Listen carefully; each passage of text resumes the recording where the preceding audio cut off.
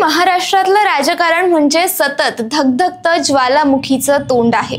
कधी जात, कधी धर्म, कधी ओबीसी, पण या सगळ्यांच्या मुळाशी एकच मुद्दा वारंवार पेटतो, तो म्हणजे आरक्षणाचा। गेली कित्येक वर्ष मराठा समाज आरक्षणासाठी झगडतोय। आंदोलनं झाली, उपोषणं झाली, कोर्टात खटले झाले, पण उत्तर काही मिळालं नाही। किंबहुना महाराष्ट्राच्या राजकारणात आज एक जुना धूळखात पडलेला कागद सगळं काही उलतापालत करतोय। नाव आहे हैदराबाद गॅझेट। 100 वर्षापूर्वींच्या नोंदी, निजाम काळच्या जमिनी जुमल्यांचा तपशील, गावागावची जाती जमाती आणि त्यात एक वाक्य, मराठे म्हणजे कुणबी। हेच वाक्य आज मराठा आरक्षणाच्या लढ्याला नवं शस्त्र देतंय आणि राज्य सरकारनं 2 सप्टेंबर 2025 रोजी या गॅझेटचा आधार मान्य करत कुणबी दाखले देण्यासाठी समित्या उभ्या करायचा निर्णय जाहीर केला आणि आझाद मैदानावर सुरू असलेलं उपोषण थांबलं। पण इथूनच खरी कथा सुरू होते, ती अशी की हा गॅझेट मराठ्यांच्या भविष्यासाठी, महाराष्ट्राच्या निवडणूक समीकरणांसाठी आणि राजकीय पक्षांच्या अजेंड्यासाठी गेम चेंजर ठरणार आहे। कारण याच्या आधारे मराठा समाजाला थेट ओबीसीत घुसवण्याचा मार्ग मोकळा होतोय।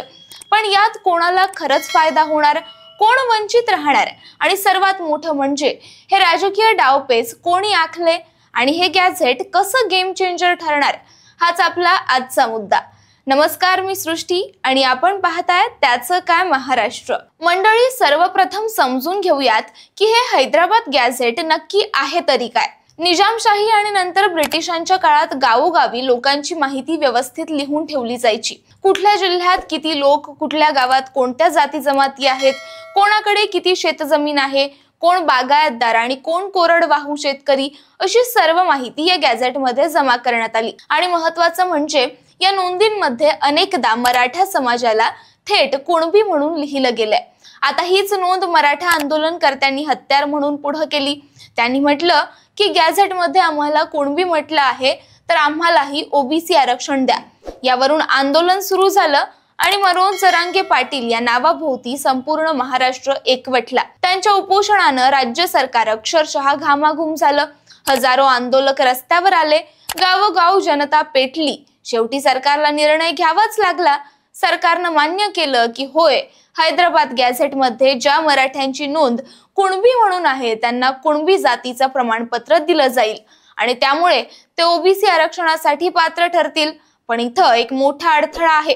हा निर्णय सरसकट नाही, म्हणजे प्रत्येक मराठ्याला लगेच ओबीसी आरक्षण मिळणार नाही। फक्त ज्यांच्या पूर्वजांची नोंद गॅझेटमध्ये कुणबी म्हणून असेल त्यांनाच याचा फायदा होईल। इथेच खरी गोंधळाची सुरुवात होते। गावोगावी समित्या बसतील, अधिकारी कागद तपासतील, जुन्या नोंदीशी पडताळणी करतील आणि मग कुणबी दाखले देतील। आता मंडळी, आपल्याला ठाऊकच आहे की गाव पातळीवर सरकारी कामं किती पारदर्शक असतात। साधं 7/12 काढायला किती कटकटी कराव्या लागतात। मग एवढं मोठं प्रमाणपत्र द्यायला किती धावपळ, किती त्रास आणि कदाचित भ्रष्टाचारही होऊ शकतो।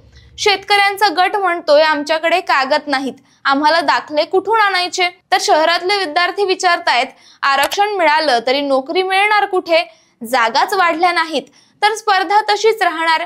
काही गावकरी तर सरळ सांगतात, आजपर्यंत आम्ही सगळे एकत्र राहायचो, आता जर कुणाला कुणबी दाखला मिळाला आणि कुणाला नाही तर गावात नवी भांडणं सुरू होतील। आता या निर्णयाचे राजकीय परिणाम पाहूयात। सरकारला वाटलं की जरांगे पाटलांचं आंदोलन थांबवून त्यांनी जीव वाचवला, पण खरं म्हणजे त्यांनी एकाच वेळी 2 मोठ्या समाजांना नाराज होण्याची संधी दिलीये। मराठा समाज म्हणतोय हे अपुरं आहे, आम्हाला पूर्ण आरक्षण हवं, फक्त काहींना दाखले देऊन प्रश्न सुटणार नाही।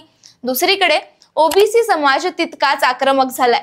त्यांचा आरोप आहे, हा आमचा हक्क आहे, सरकार आमच्या कोंबडीतून अंडी काढून मराठ्यांना देतोय, हे आम्हाला कधीच मान्य होणार नाही। याचा थेट परिणाम निवडणुकीत दिसेल, कारण महाराष्ट्राचं राजकारण ठरवण्यात मराठा समाजाचं वजन प्रचंड आहे। राज्यात जवळपास 150 ते 200 मतदारसंघांमध्ये त्यांचा थेट प्रभाव आहे। पण त्याच वेळी ओबीसी हा भाजपचा मजबूत मतदार गट आहे।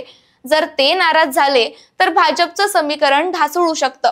विरोधकांनी या संधीवर जोरदार राजकारण सुरू केलंय। काँग्रेस म्हणतं हे सरकार ढोंगी आहे, लोकांना फसवतंय।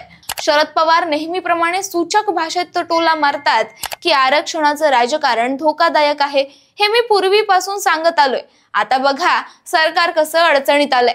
ठाकरे गट मात्र थेट आरोप करतो हे सगळं फक्त खुर्ची वाचवण्यासाठीचं नाटक आहे. म्हणजे मंडळी, एका जुन्या गॅझेटनं महाराष्ट्राचं राजकारण अक्षरशः डोलायला लावलंय. गावोगाव चर्चा सुरू आहे. काही जण उत्सुक आहेत की आपल्याला दाखला मिळतोय की नाही. काही जण चिडलेले आहेत की सरकारनं आम्हाला दांडी मारली. आणि काही जण नुसते बघ्याची भूमिका घेत आहेत, कारण त्यांना कळतच नाही की पुढे नेमकं काय होणार आहे. तर असं आहे मंडळी, हैदराबाद गॅझेटमुळे मराठ्यांना खरंच न्याय मिळतोय का, की फक्त निवडणुकीआधी थोडं पाणी शिंपडून आंदोलन शांत करण्याचा प्रयत्न होतोय. या निर्णयातून काही जण खुश होतील, पण काही जण अजून जास्त नाराज होतील. आणि हीच नाराजी पुढच्या निवडणुकीत सरकारच्या गळ्यातील फास ठरते का, हाच मोठा प्रश्न आहे. कारण महाराष्ट्रातलं राजकारण आता एका ज्वालामुखीच्या टोकावर उभं आहे. हा ज्वालामुखी फुटतो कधी, निवडणुकी आधी की निवडणुकीनंतर, हे बघणं अत्यंत रोचक ठरणार आहे. आता तुम्हीच सांगा, सरकारनं खरंच मराठ्यांना न्याय दिला का? हैदराबाद गॅझेट खरंच गेम चेंजर ठरणार का, की फक्त राजकीय इक्वेशन जपलं? तुमचं मत नक्की लिहा. बाकी राजकारणाच्या आखाड्यात आपली नजर ही कायम असणारच आहे. तेव्हा कुठेही जाऊ नका, पाहत रहा, सबस्क्राईब करा. त्याचं काय महाराष्ट्र.